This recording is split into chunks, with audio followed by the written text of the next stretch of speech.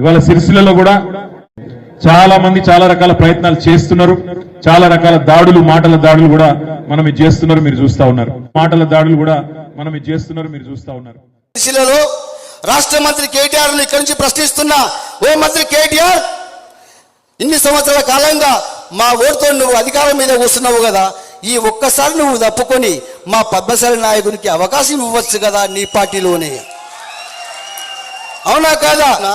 అక్కడ కొండలక్ష్మి బాబు విగ్రహం ఉందండి, 5 ఏళ్ళు విగ్రహం పెట్టుకోవడానికి అనుమతి ఇవ్వని ఒక నియంత సిరిసిల్ల పద్మశాలిని ఏ విధంగా అభివృద్ధి చేస్తుండో మీ గుండెల మీద చేతి పెట్టుకుని ఆలోచించండి. కేటీఆర్ రాకముందు సిరిసిల్లలో నేతల ఆత్మహత్యలు బాగా ఉంటుండని చెప్పిండ్రు.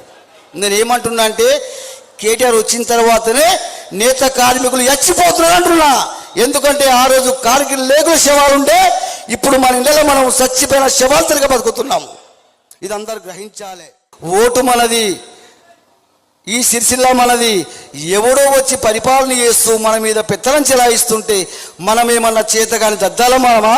పౌరుషం లేదా మనకు? ఎంతకాలం బానిసలుగా బతుకుతాం? ఇలా చాలా మంది అంటారు కేటీఆర్ వచ్చిన తర్వాత సిరిసిల్ల అభివృద్ధి చెందిన అంటారు. నేను మాత్రం అభివృద్ధి చెందినడం లేదు, సర్వనాశనం అవుతున్నది. ఇది వాస్తవం చెబుతున్నా. కేటీఆర్ అనేవాడు ఒక బాహుబలి సినిమాను చూపిస్తున్నాడు, ఒక గ్రాఫిక్స్ మాయాజాలను చూపిస్తే మనల్ని మాయమాటలు చెప్పి మోసం చేస్తున్నాడు. మనం ఇంకా మోసపోతూనే ఉందామా? మాకు తెలియదా బతుకమ్మ చీరల వల్ల ఎంతమంది నేతలు రోడ్డు మీద పడ్డారు? మాకు తెలియదా ఎంతమంది నేతమ్మ కార్మికులు ఆత్మహత్యలు చేసుకుంటారు?